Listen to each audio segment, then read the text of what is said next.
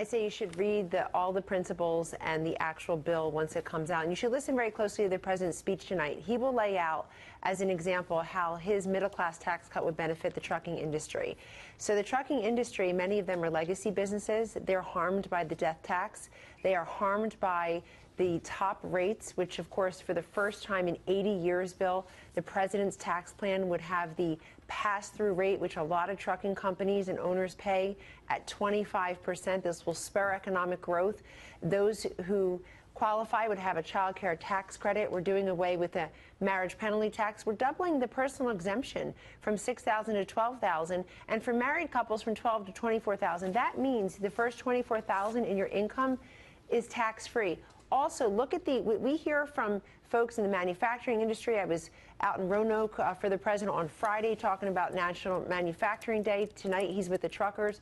What we hear from all of them is that this immediate expensing for 5 years is a great feature of the tax plan for them, because that is part of the economic growth and the pay raise that they can pass on to their workers. And many of them tell us they will invest right in more inventory. They will invest in workers' benefits. They'll raise the wages of their employees. They're excited to get that extra money through a tax break. Just a follow-up question on that. Do you see this as a tax cut, or do you see this as a real chance to get tax reform? So I think like reform is a very, 1986. excuse me. I think reform is a very swampy semantic word. It comes to mean very little to some folks because they've heard it all before. Tax cut, they should realize, means that we go from 7 brackets to 3, that more people in this country will be paying 0% in taxes than they do now, and that the top rate will fall to 35%. Businesses will pay 20%. The president wanted 15, but 20 is such an improvement. And so it's a major tax cut, and it's also tax overhaul. That's the simplification part. All right. 91% of Americans, you know, have to, we need a simpler, fairer system that doesn't benefit the wealthy as it does now, because they can hire the accountants and the attorneys to help them navigate the code. I just want to motor through a few more topics here. These are all important. An executive order on health care. When will that come out and be made public? Well, that could come soon. I won't get ahead of the president on that, but you could expect that perhaps soon. And really, the genesis here is the very popular feature of being able to purchase your health insurance across state lines. We know this is a very important feature to Americans. That first House bill had it in phase 3 because we know how popular it is. You know, Bill, many Americans say, what do you mean I can't buy health insurance across state lines the way I buy car insurance and so many other products and services in our very mobile economy? So it makes sense to them. And look at how many insurers have fled the exchanges, the Obamacare exchanges, because they simply can't afford to do business. Well, with that order, many shall do that. I mean, that's a real possibility. Well, the probability, though, is that you as the consumer are able to have more choices in the marketplace, which, of course, is what we were promised. That's one of the many failings of Obamacare. It's why 29 million Americans, by some estimates, don't have health insurance now. It's why premiums have doubled everywhere on average. In a place like Alaska, they're up by more than 200%. Okay, yeah, so I understand. This is a president who's not giving up on health care reform, too. I want to make that clear. Legislature has failed. He'll step in. Does it come this week, yes or no? It could. It's possible. How would you describe his relationship with Rex Tillerson? It's been characterized so many ways. What's the truth? The truth is that he has confidence in his Secretary of State and his entire cabinet. They met yesterday for lunch, and they are in touch very closely, as you can imagine, as any president and Secretary of State are. The president has made very clear the way he feels about his cabinet. This is a hand-picked cabinet, but the president is also the ultimate decision maker here. He and Vice President Pence were the 2 people in this administration that were elected to anything. And I think people, all of us in the West Wing and throughout the administration, ought to realize that every single day, that there are 2 people who are elected to anything. And he is the ultimate decision maker here. You've seen firsthand, Bill, because it's been a very public process, that this president said he would consult with his generals. That extends to his whole foreign policy, national security team. It's how he came up with his new Afghanistan plan. It's how he's making his decisions on North Korea, where you've got 15-0, 2 votes in the UN Security Council who agreed with President Trump's sanctioning North Korea. He's bringing ISIS to heel. So the relationship, so there are so many things happening. Yeah, he's there. He's in the cabinet. Okay, then.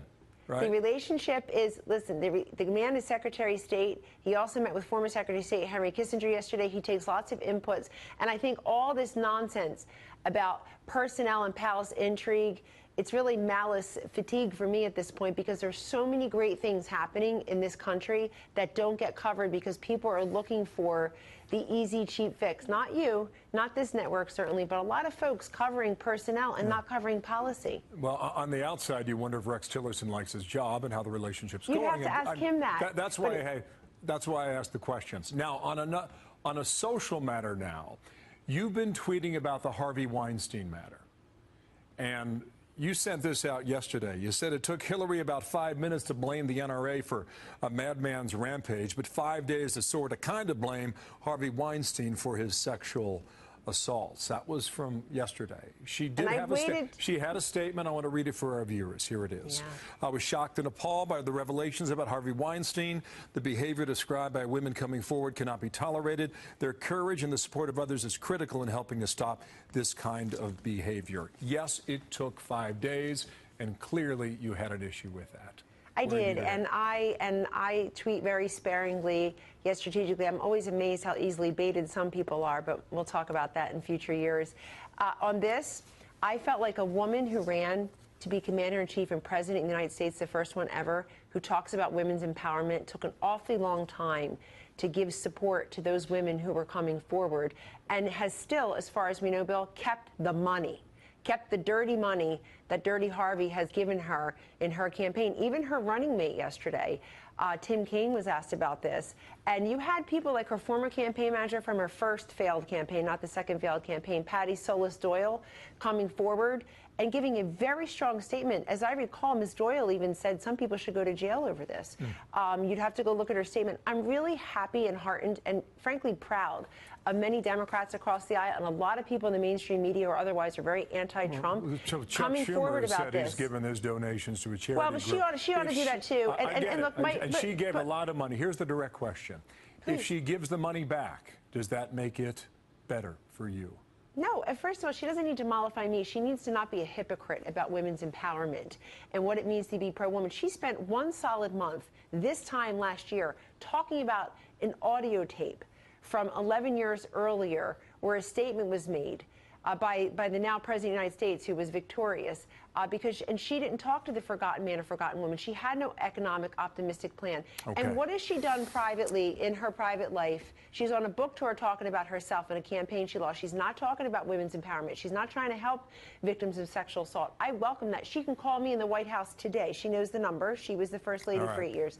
And work in a bipartisan fashion on sexual assault. I welcome that. We don't hear that from her. Kellyanne Conway, thank you for